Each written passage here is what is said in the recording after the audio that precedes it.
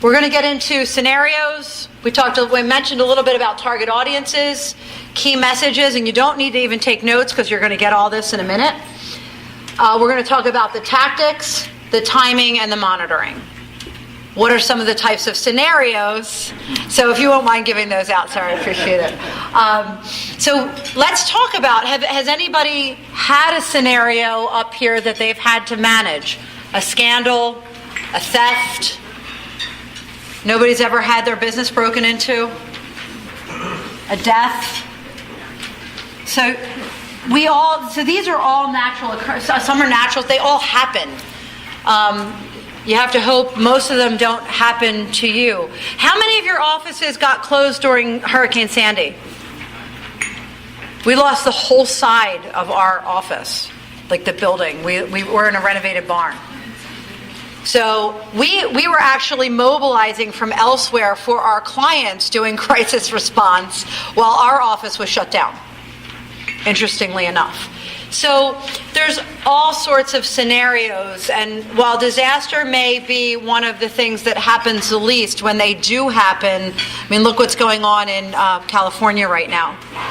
So it's definitely, these are the types of things, and what's important is each one of these scenarios, some of them have very different steps in the management process than others. How you handle the death of a senior executive, a sudden departure, is going to be very different than how you handle an IT issue. So I share that because every single scenario needs to be discussed and addressed in your crisis response plan.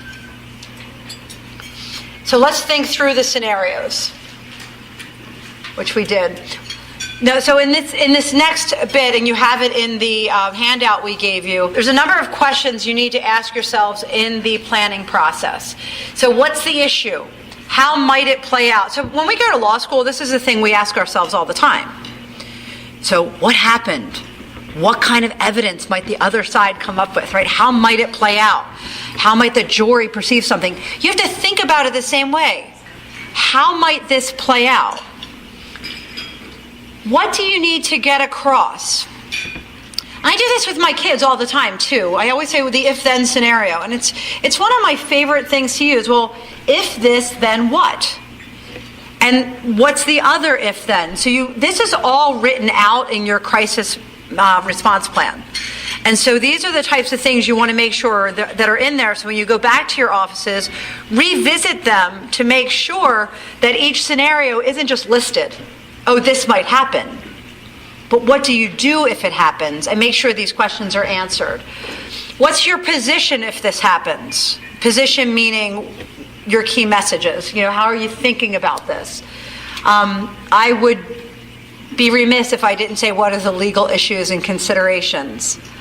Your lawyers should be part and parcel with your crisis management plan, your crisis response plan, synonymous, and with the management of the crisis at all times. So a lot of times we actually get called in to new clients through their lawyers, which is interesting because the lawyer identifies an issue that's going to go viral, it's going to get media attention, and the lawyer introduces us to the client and says, I need you to handle this part, we'll handle that part. And then, because they also know that being a lawyer, I'm going to ask them for permission every step of the way. So what can you say? What can't you say? And how can your messages be manipulated? How many of you have children? Do you remember sitting there and thinking, if we name them this, how is somebody going to tease them? Right? Simply, so think about how can every message be manipulated? It's just that simple.